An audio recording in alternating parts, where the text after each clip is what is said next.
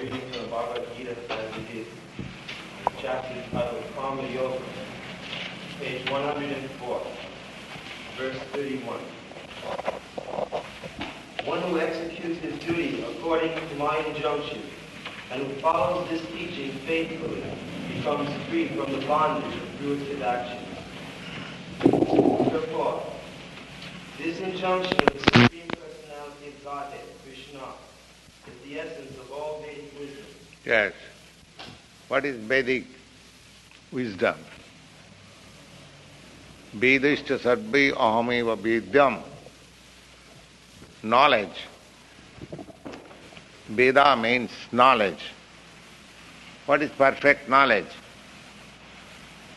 Perfect knowledge is that my constitutional position is to serve. Bring any man in this world who can say that I am not servant. Is there any man or woman within this world, within this universe, who is not a servant? Can any one of you say that you are not servant? Is there anyone? Everyone is servant. Somebody is servant of the society, somebody is servant of the country, somebody is servant of his wife or family, or some cats and dogs, ultimately. One must be a servant. So, when a man comes to this knowledge that I am serving, so why not serve the Supreme? This is knowledge. This is perfection of knowledge. Nobody can be freed from being a servant. Either you become a servant of God or you become a servant of dog. You must be a servant. So the intelligent person, a wise person, he prefers to servant of God instead of becoming servant of dog.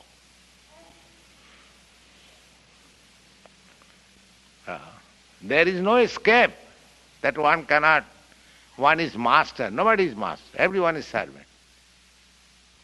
Therefore, one who executes his duties according to my injunction, God's injunction, and who follows the teachings faithfully becomes free from bondage.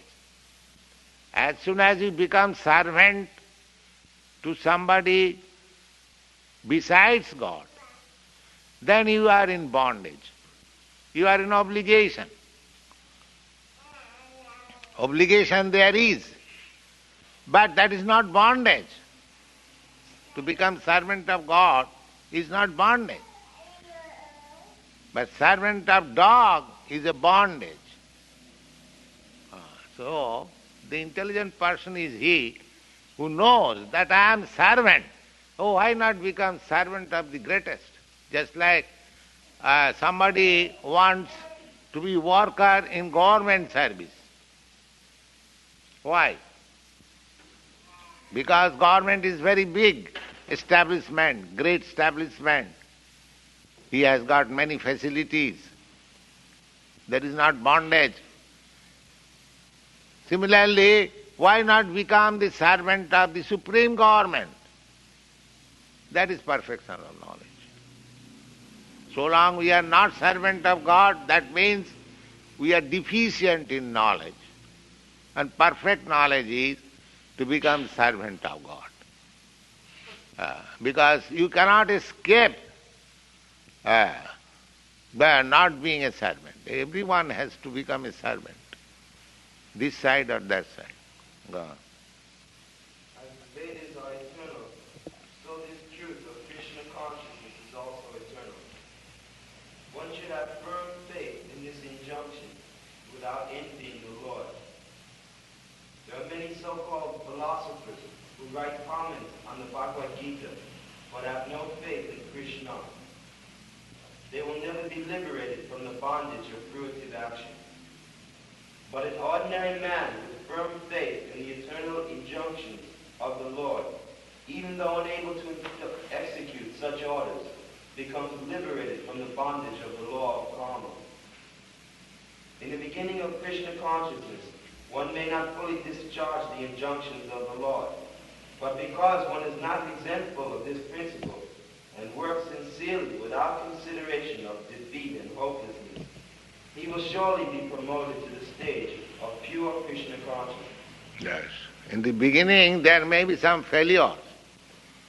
That is quite natural. Just a child is trying to stand. He may fall down. But that does not mean he should give up the idea. Go on. A time will come when he will be perfect. So we should not give up this business to try to serve the Supreme. May be imperfect in the beginning, but stick to it, and a time will come when you will be perfect. Krishna conscious. 32. But those who out of envy disregard these teachings and do not practice them regularly are to be considered bereft of all knowledge, be fooled, and doomed to ignorance and bondage. Yes. If somebody says, oh, why shall I serve God? All right, then he shall have to serve dog. That's all. Therefore he is befooled. He does not know that he has to serve somebody. His constitutional position is like that. He cannot escape. So therefore, if he denies to serve God, Krishna, then he has to serve Maya, illusion, in the hope that I have become the master. Just like in your country, the President Johnson was the master. Actually, he was not the master. He was the servant of the country. Now the country has dismissed him. He is no longer master. So our mastership in this material world is like that. Actually we are servants, but we are thinking master. In a family, I am servant of my wife, I am servant of my children, I am servant of my servants, but I am thinking I am master. I am master of this family. I am master of this country. I am master of this society. Nobody is master. The Chaitanya Chaitamrita says therefore, the master is only Krishna. Ekulak Ishar Krishna Arsha Bhritta. Only Krishna or God is master and everyone is servant. Jare jaiche nachay se toiche kar nitta. Each servant is dancing according to the order of the Supreme. That's all. Nobody is master. So, this false conception of becoming master is called Maya, illusion. Nobody is master. Therefore, one who disagrees to become servant of God, he is befooled, it is said. But those who, out of envy, he is constitutionally servant, but he is envious. Why shall I become God's servant? I shall become God. You see, everyone is claiming, oh, everyone is God. Why? What is the use of becoming servant of God? I am God. This is enviousness. So, if one refuses to serve God and becomes envious, disregard these teachings and do not practice them regularly, are to be considered bereft of all knowledge. Because he is servant, but he is thinking, I am master, I am not serving anyone. This is Maya, bereft of all knowledge. Go on. 33. Even a man of knowledge acts according to his own nature, for everyone follows his nature. What can repression accomplish? So at least he is servant of his nature. There are three kinds of material modes of nature. Somebody is in goodness, somebody is in passion, somebody is in ignorance. So in ignorance, somebody say he is intoxicated. He is servant of some intoxication. But he is thinking after being intoxicated, I am God, I am master. You see? This is called befooling. He is befooled. He is servant of intoxication and he is thinking I am God. Just see. Is it not a farce? By meditation, he will become God. If you are God, why you are meditating? Therefore, they are befooled. The direct process is take to Krishna consciousness, I am eternal servant of God. Let me take to this business. Finish. Perfect knowledge. Go on. 34. Attraction and repulsion, sense objects, are felt by embodied beings. But one should not fall under the control of senses and sense objects, because they are stumbling blocks on the path of self-realization. 35. It is far better to discharge one's prescribed duties, even though they may be faulty, than another's duties. Destruction in the course of performing one's own duty is better than engaging in another's duty, for to follow another's path is dangerous. 36.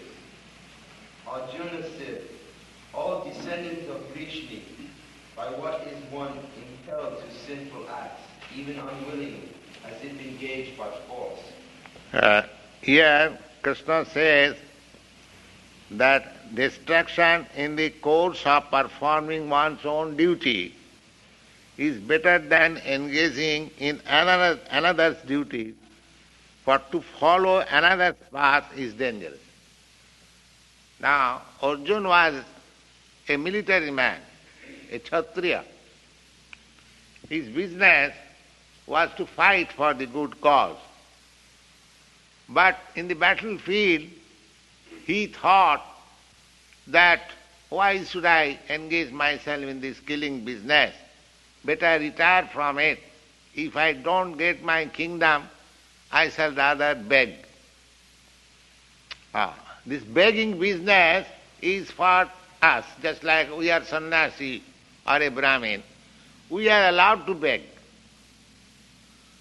We are not, of course, begging as professional beggar, but we introduce ourselves as beggar. The Vedic culture is that a sannyasi, when he comes to beg in a householder's house, he receives him very respectfully, and whatever he wants, they want to supply. But they do not want anything. But the introduction is that they take this opportunity of sitting in a householder's home and talk about Krishna consciousness. That is their real business. They are not beggars. Anyway, this begging business is not for a householder or a military man. Therefore Krishna says that don't try to imitate the business of a sannyasi, of a Brahmin. You are Kshatriya. Your duty is to fight. So you should follow your own prescribed duty. Don't try to imitate others. But one can attain perfection by being engaged in his own occupation, provided he does it in Krishna consciousness. So Krishna is asking him to fight. And he is a professional fighter. So if he fights in accordance with the order of Krishna, there is his perfection. This is perfect. Go on. A living entity, as part and parcel of the Supreme Personality, is originally spiritual and pure, as well as free from all contaminations of matter. Therefore, by nature, the living entity is not subjected to the sins of the material world. But factually, when when the living entity is in contact with the material nature, he acts in many sinful ways without hesitation. As such, Arjuna's question to Krishna is very sanguine as to the perverted nature of the living entity. Although the living entity sometimes does not want to act in sin, he is still forced to act. This force is not, however, impelled by the supersoul living within the living entity, but must be due to other causes. And that is explained in the next verse by the Lord. 37. The blessed Lord said, "It is lust only, Arjuna, which is born of contact with the material modes of passion and later transformed into wrath, and which is the all-devouring, sinful enemy of this world." Yes. Passion, if you increase your passion, then when you cannot fulfill your passion, you will be angry, wrath, one after another. So, this is due to our being situated in the modes of passion. As I have told you, there are three kinds of modes of material nature. One is goodness, one is passion, and one is ignorance. So, ignorance is the lowest quality, passion is still better than ignorance, and goodness is the highest good quality within this material world. And one has to transcend even goodness. Then he can go to the Krishna consciousness platform. So, one should not remain on the platform of passion. He should try to rise on the platform of goodness, and from there he should try to be promoted in Krishna consciousness. This is one method. But if you take to Krishna consciousness directly, then automatically you transcend the platform of ignorance, passion and goodness. Go on. 38. As fire is converted by smoke, as fire is covered by smoke, as a mirror is covered by dust, or as the embryo is covered by the womb, similarly, the living entity is covered by different degrees of this lust. Lust. Different degrees of lust.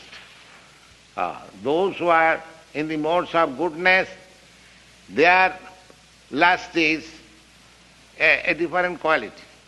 Those who are in passion, their lust is in different quality. Those who are in ignorance, their lust is different. It is a question just like there are first class prisoners, second class prisoner and third class prisoner. So, after all they are prisoners. Maybe first class, second class or third class, that doesn't matter.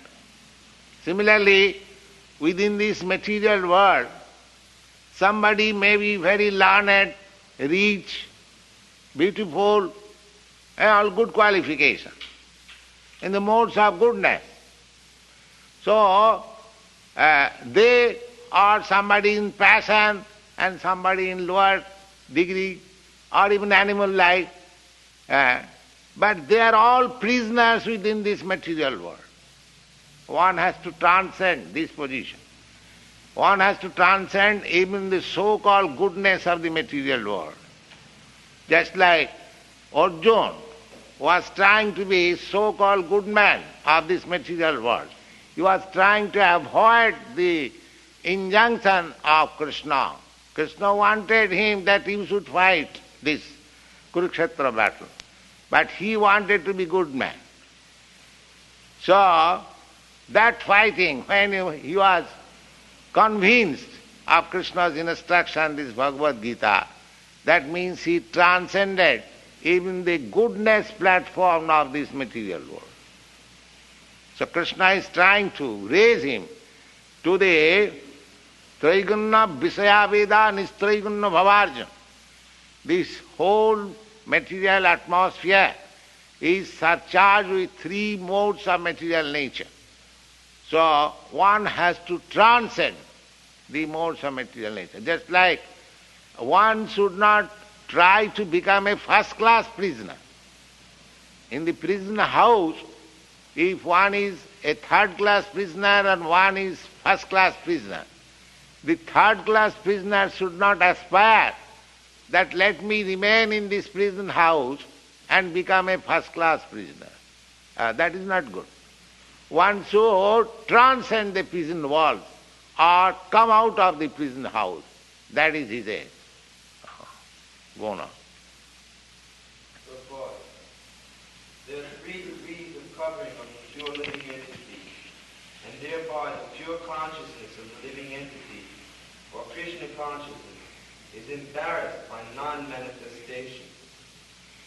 This covering is but lust, under different manifestations, like smoke in the fire, dust on the mirror, and the womb about the embryo. When lust is compared to smoke, it is understood that the fire of the living spark can be a little perceived. In other words, when the living entity exhibits his Krishna consciousness slightly, he may be likened to the fire covered by smoke. Although fire is necessary when there is smoke, there is no overt manifestation of fire in the early stage. This stage can be compared with the beginning of Krishna consciousness. The comparison of the dust of the mirror refers to the cleansing process of the mirror of the mind by so many spiritual methods. The best process is to chant the holy names of the Lord. The comparison of the embryo being covered by the womb is an analogy illustrating the most awkward position, for the child in the womb is so helpless that it cannot even move. This stage of living condition can be compared also to the trees.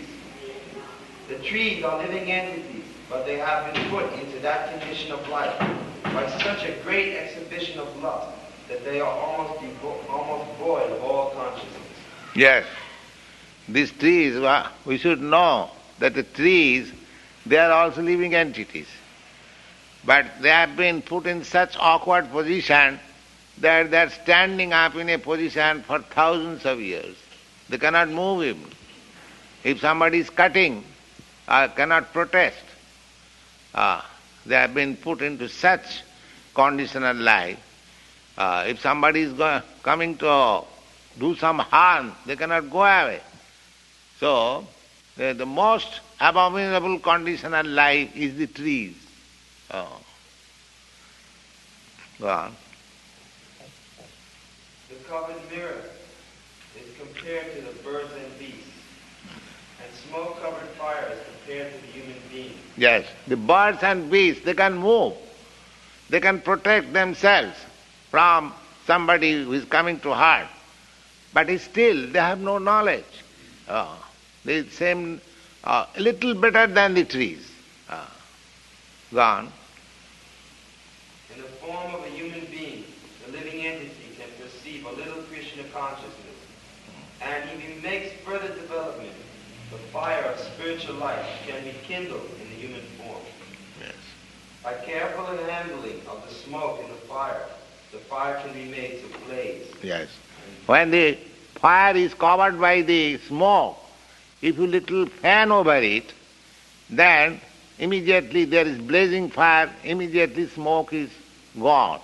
Similarly, Krishna consciousness or God consciousness is in every living entity, especially human being, there is, even in the aborigines, those who are called uncivilized, they are also offering some respect to the seas, to the thunderbolt, to a big mountain, something wonderful, they offer, they bow down. That means there is Krishna consciousness. So just like a fire covered in smoke. Now if you fan it, if you just try to eradicate the smoke, the fire will come out. So we should take advantage. We have got now this consciousness, God consciousness. Therefore, in every human society, there is some sort of religious propaganda. Try to understand God. So we should take advantage of this. But instead of taking advantage of this opportunity, we have declared God is that, I am God, this God, that God. So you are not fanning. There are other going more and more away from God. This should not be done. Therefore, the human form of life is a chance for the living entity to escape the entanglement of material existence. In the human form of life, one can conquer the enemy, lust, by culture of Krishna consciousness under able guidance. 39. Thus, a man's pure consciousness is covered by his eternal enemy in the form of lust, which is never satisfied and which burns like fire. 40. The senses, the mind, and the intelligence are the sitting places of this lust, which veils the real knowledge of the living entity and bewilders him. Yes, this is very important. The senses, the mind, and the intelligence are the sitting places of this lust. If somebody is lusty, and if one has to search out where that enemy lust is there, so Krishna is giving you direct information, here is your enemy. Where? Senses, mind, intelligence, there is lust. So if you can understand, here is the enemy, and if you try to drive out the enemy, you take precaution. What is that precaution? You engage your senses in Krishna conscious activities. The lust will have no more place to attack your senses or sit on your senses. You engage your mind in Krishna. Immediately the lust from the mind will go away. Similarly, you apply your intelligence, how to work on Krishna consciousness. These are the processes. This Krishna consciousness movement is like that. Apply your intelligence, apply your mind, apply your senses only for Krishna, and there is no more lust. You are free. There is no sitting place. Just like this glass. There is water. So how you can put in ink? Because there is no sitting place. Similarly, if you place Krishna in your mind, so lust will automatically go away. Just like if you place light in this room, the darkness automatically will go. There is no place for darkness. Krishna is light. The sun is light. As soon as there is sun rising, the whole darkness of night automatically disappears. So try to place Krishna in your mind, in your sensual activities, in your intelligence, then there will be no more lust. It will finish. Go on. 41. Therefore, O Arjuna, best of the Bharata, in the very beginning, curb the great symbol of sin, lust, by regulating the senses, and slay this destroyer of knowledge and self-realization. Yes. So, regulating, how can you regulate the senses? Not by artificial means. The yoga practice, of course, is meant for controlling the senses. But nobody can practice in this age perfectly yoga, neither one can control the senses. But this is practically. Just like our sense, tongue, we want to taste very palatable dishes. Now you supply palatable Krishna prasadam, you forget going to hotel immediately. This sort of process is in Krishna consciousness.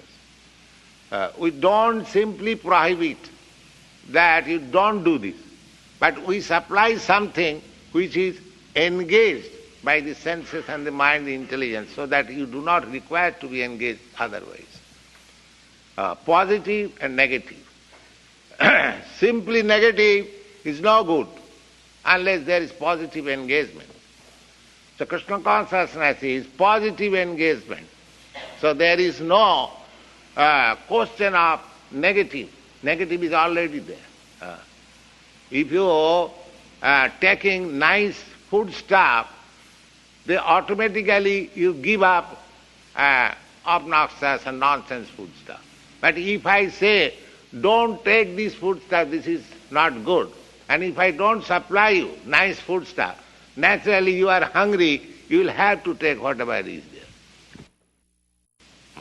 Just like sometimes you have seen the dogs, they are eating stool, their own stool. So I was talking this, one of my students told me that in the last war in the concentrated camp, the human being, they also ate their stool out of hunger. Yes. There was no food, so they ate their own stool. So when there is no opportunity of good occupation, one must be satisfied with this nonsense occupation. So this Krishna consciousness is so nice that one who is occupied with this movement, he cannot go anymore to so-called lusty and other nonsense occupation. Go on.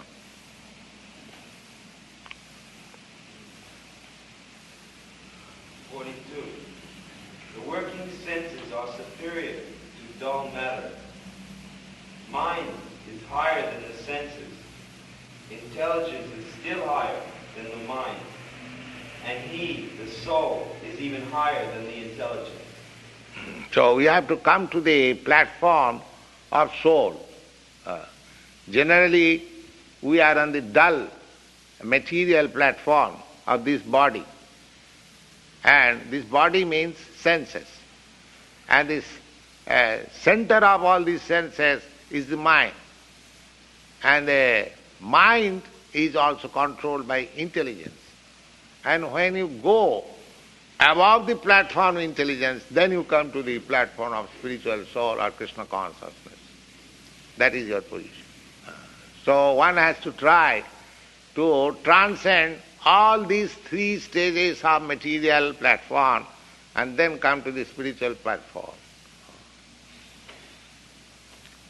Yes. 43. Thus knowing oneself to be transcendental to material senses, mind, and intelligence, one should control the lower self by the higher self, and thus, by spiritual strength, conquer this insatiable enemy known as lust. Purport. This third chapter of the Bhagavad Gita is conclusively directed to Krishna consciousness. Through knowing oneself as the eternal servitor of the Supreme Personality of Godhead, without considering impersonal voidness as the ultimate goal and ultimate end.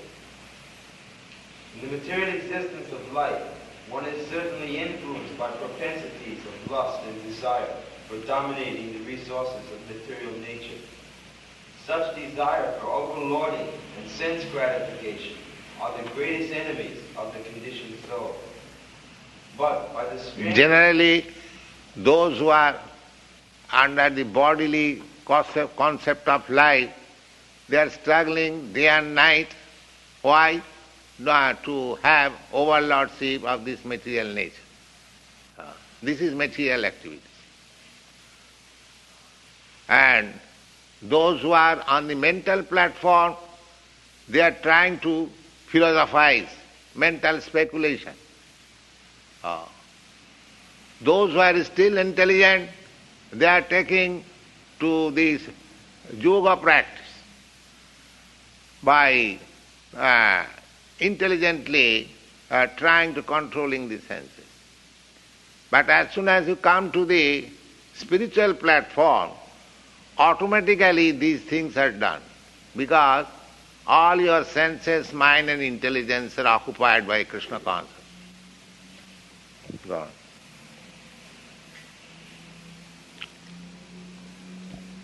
Yes, go on. One may not give up work and prescribed duties all of a sudden, but by gradually developing one's Krishna consciousness, one can be situated in a transcendental position without being influenced by the material senses and the mind. by steady intelligence directed toward one's pure identity.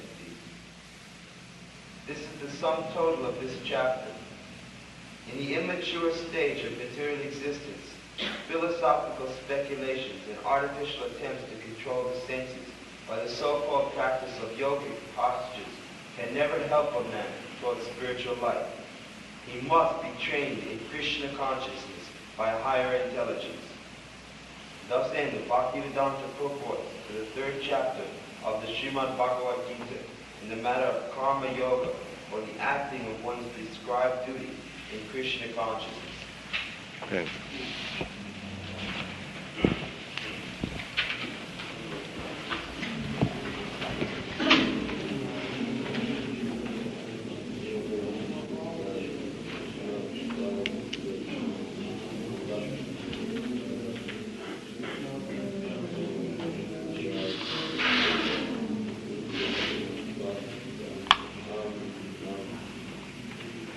Any question?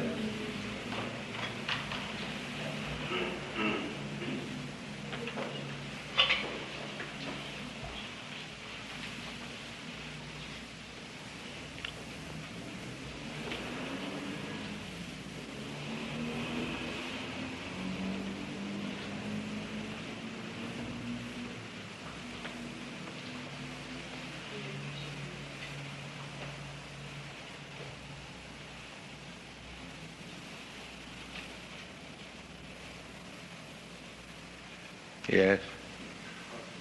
Prabhupada, in your purport of the 38th verse, you were talking about the tree, the position of the tree, how it is put in this position due to its previous engagement, exhibition of love.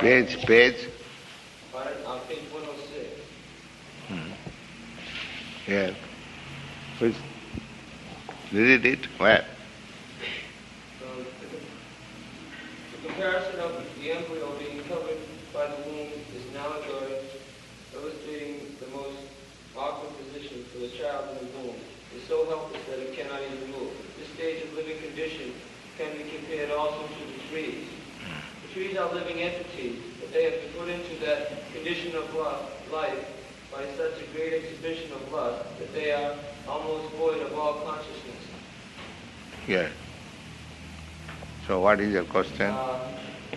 People that are engaged in lusty acts during their life, I thought that Krishna is merciful and he will provide them with the body to have as much lust as they want.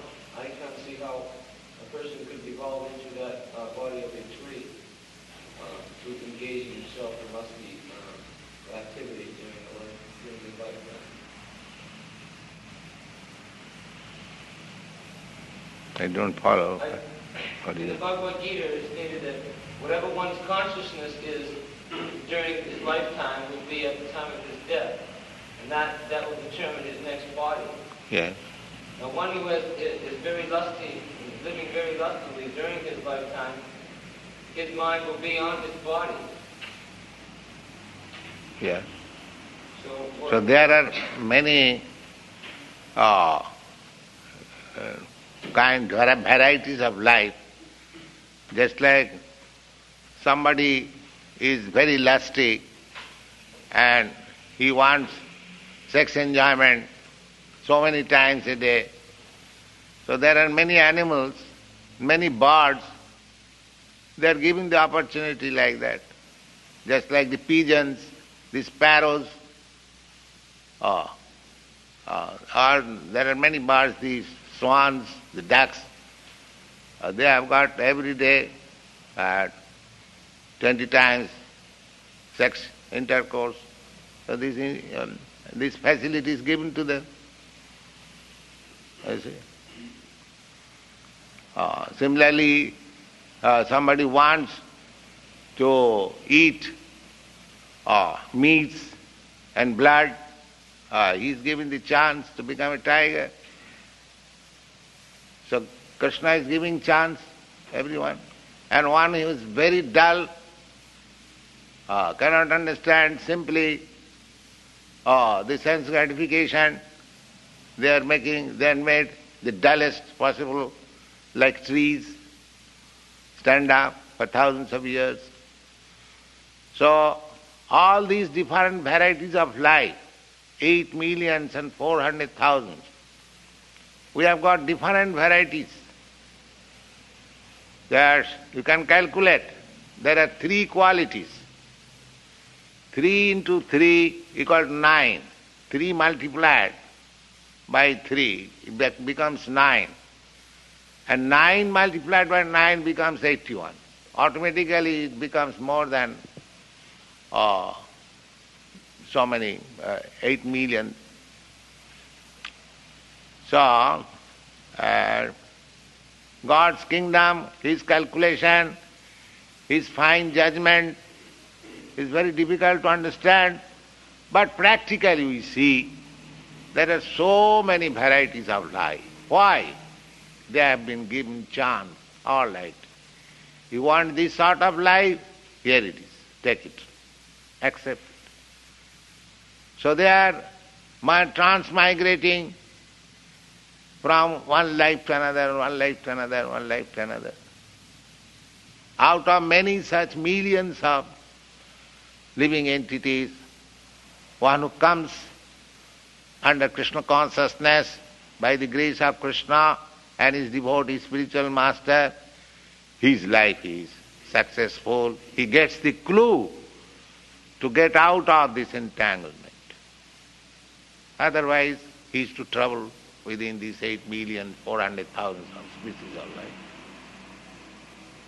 So Krishna is giving chance, whatever you want. But he is talking also the ultimate goal of your life, sarvadharman parityajya mamekam saranam. You give up this searching out of your happiness in your own way by transmigrating from one kind of life to another, one position to another.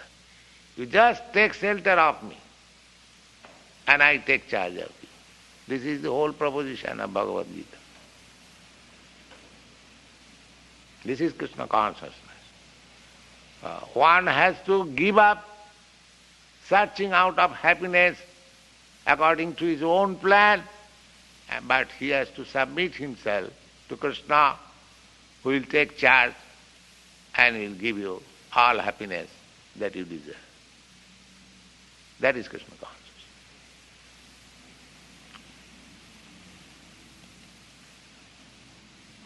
Are the people in this age lustful always in the mode of ignorance, or are they lustful not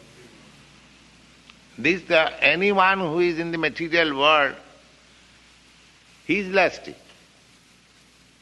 Maybe difference of degrees, that doesn't matter. But he is lusty. Kama esa krodha esa rajaguna samudbhav. Everyone is trying to lord it over the material nature. That is lust. Now, the ant is trying to lord it over the material nature in his own way, and the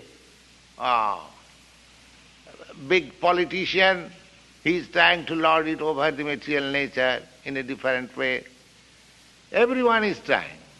So that lording it over the material nature is the sign of lust. So you can take it for granted that anyone who is within this material world, he has got that contamination of lust, may be manifested in different degrees. But who has come to Krishna consciousness, he has no more lust, because he wants to satisfy Krishna. He doesn't want to satisfy his senses. That is Krishna consciousness. His aim of life is how Krishna will be pleased. That's all. And lust means how my senses will be satisfied. That is the difference. The process of satisfying is going on. In our conditioned life, we are trying to satisfy our senses. And in our Krishna consciousness life, we are satisfying to please Krishna. That is the difference. So my work is not stopped, but the goal of life is changed. That is liberation.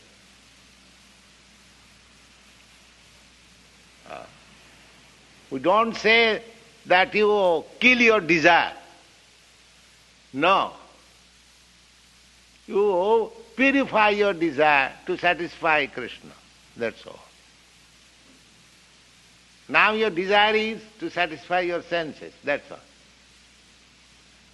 This has to be purified, that you shall desire, but you should desire to satisfy Krishna. Then your perfection.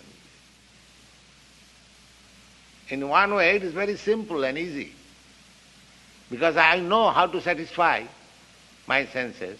I am doing it life after life. The same endeavor should be engaged for satisfying Krishna. That's all. The process has not to be learned by me. I know it. Simply account has to be changed. That's all.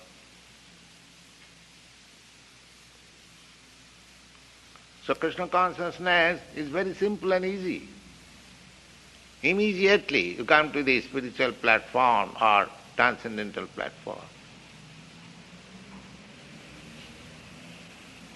That is explained in the Chaitanya Charitamrita. Lust and love. What is the difference between lust and love? In the material world there is no love, because everyone is directed by lust, the so-called love. A young boy is trying to love a young girl, or a young girl is trying to love a young, but the background is lust. There is no love. It is simply a show of love. Therefore, after satisfying lust, there is divorce, there is separation. So in the material world, there is no possibility of love. It is all lust. Love is only possible when you love God. There is no lust. There is no question of sense gratification. Simply for love. Krishna is my lover, Krishna is my master, Krishna is my friend. Just like Arjuna. Arjuna is loving Krishna as friend. So he is so great lover that in the beginning he hesitated to fight, how shall I kill my kinsman? But when he understood Krishna, my friend, desires, oh, never mind. So there was no lust, simply love of Krishna. So lust and love, that means the same thing is there. Simply one has to change the account. That's all. Lusty people, they are working on account of sense gratification. And lover of Krishna is working for Krishna's satisfaction. The activity may appear superficially the same. Just like these boys in Krishna consciousness, people may say, what they are doing?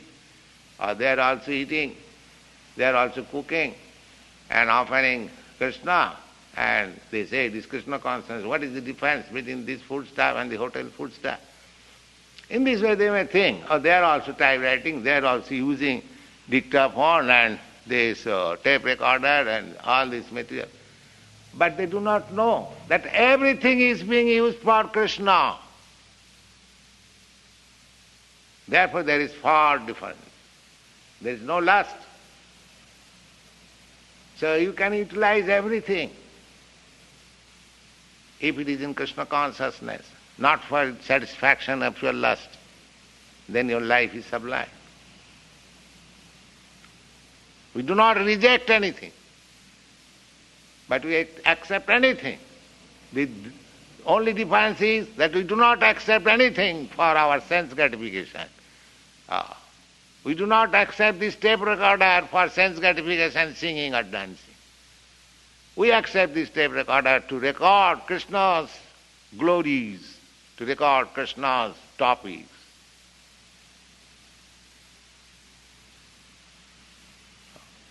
So this is the difference only. Nidbande Krishna Sambandhe Yukta Vairagam Uchyat. Dovetail everything in Krishna consciousness and it is perfect.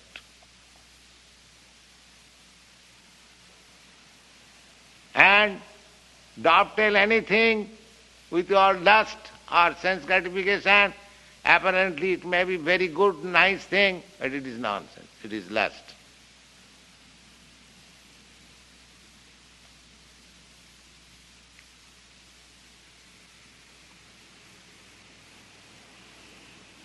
So somebody is using religion for satisfaction of his senses. Somebody is using Bhagavad Gita for satisfaction of his senses. We do not wish to discuss all this in detail. But actually, there is no training how to use things in Krishna consciousness. That is being now introduced in this movement, Krishna consciousness. How to make everything perfect, dovetail in Krishna consciousness.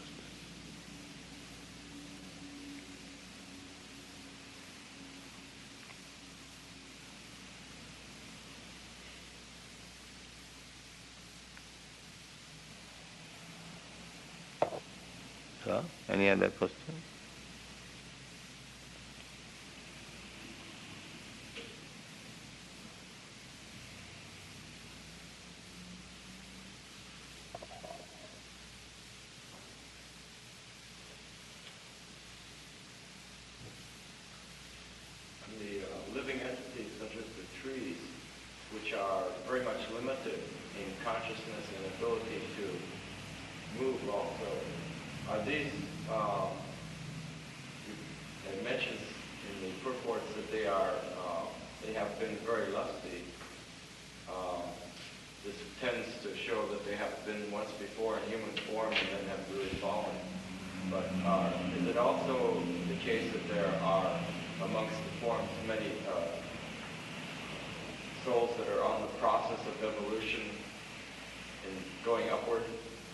Yes, just like you are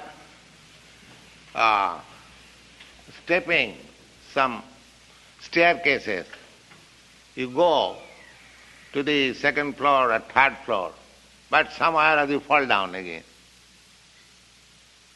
So you have to cross again the steps. Do you follow? That does not mean because you crossed all the steps and went to the third floor, now you have fallen down. You have to cross again.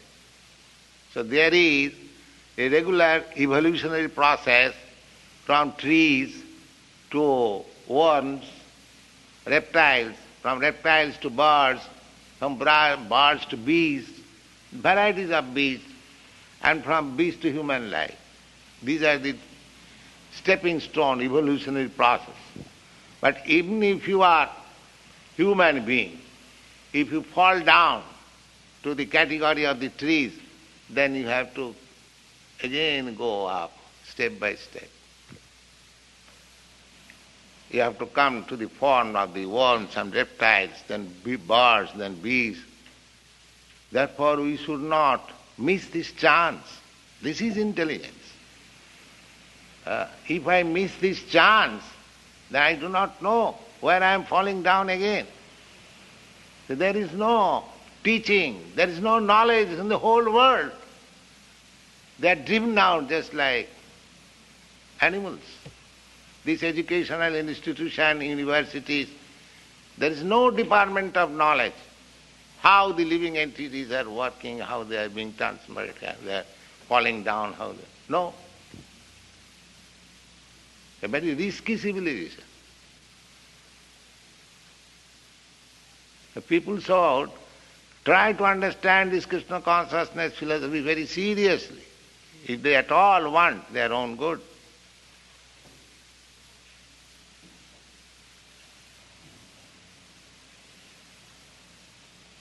What's the next evolutionary step for these flowers that we have to Krishna? From trees, the worms, you see it, from the flower there are some butterfly. You have seen? The flowers generate some worms and they transform into butterfly. You have seen it. Then gradually they will become birds from butterfly. And from birds, different birds, then they will become beast, four-legged. And then the four legs turn into two hands and just like gorilla, monkey. Then he will come to this beautiful form. And if you miss this opportunity, again you want to become butterfly. Go on. We'll check you. Become butterfly.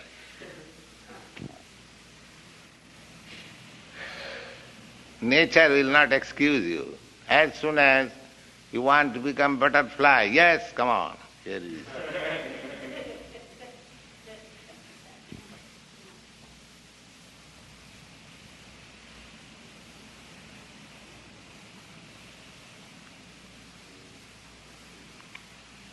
They do not know.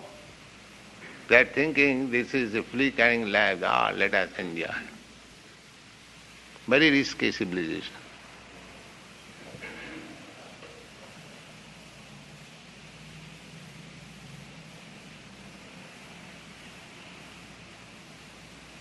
Jalaja Navalakhani Sthavara Lakhavingsati. These are all stated in the Puranas. These books were meant for human society. They are not reading. They are reading all rascal novels and literatures and sex life, frauds and this and that. How they are wasting their time.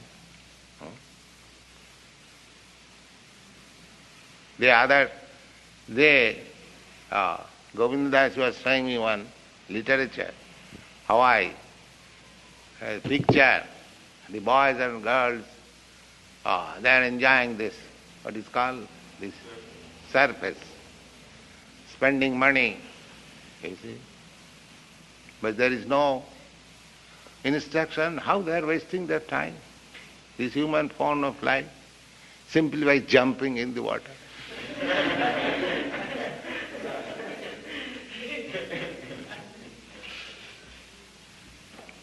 And they think I am enjoying butterfly.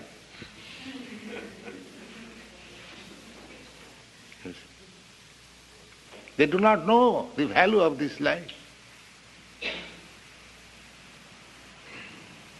And the system of civilization which is encouraging them to do this without any good information, what kind of condemned civilization is that?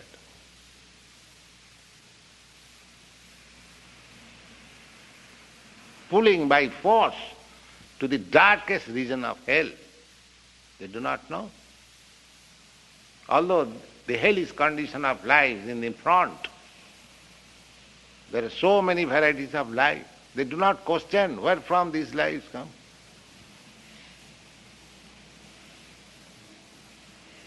The Padma Puran says, Jalajanavalakkhani sthavra lakhavingsati krimayo rudra sankhaka. There are Navalakhani, 900,000 species of life within water. We begin our aquatic life because the whole world was in the beginning full of water. So we had to live within the water. So there are 900,000 species of life within the water. Jalajanavalakkhani, sthavara lakhavingsati. And when the water dries up, as soon as the land comes out, the trees and plants begin to grow. 2 million types of trees and plants. In this way, there are 8,400,000 of species of life. What do they know? The botanist and the biologist. So, it is very serious. People should take it very seriously, Krishna consciousness movement. It is not a humbug thing. It is based on authorized scriptures, Vedic literature. Unfortunately, you have no customer for this knowledge. Doesn't Krishna take any special mercy on flowers that are offered to him? Yes, when it is offered to Krishna. Yes, therefore you offer flowers to Krishna. We are doing service to the flowers. Where will they take their nectar? They don't become butterflies. That will be understood later on. First of all, because it has come to Krishna, there is something good.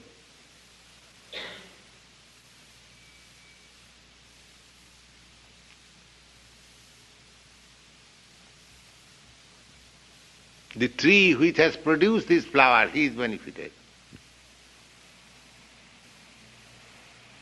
Because he is offering his energy. Krishna consciousness means offering one's energy to Krishna. The energy is derived from Krishna. It should be offered to Krishna. Just like, what is this water? Water is taken from the ocean, derived from the ocean. It goes to the sky, again turns into water, falls down, and in river goes down again to the ocean. Similarly, we have derived our energy from Krishna. Now, again, if we glide down towards Krishna, that is perfection.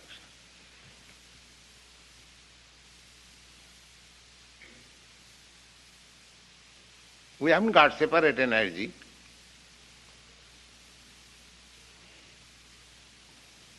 This is Krishna consciousness. To apply the whole energy towards Krishna. That's all. That energy may be utilized in different ways, but to Krishna. This is Krishna consciousness. Chant Hare Krishna.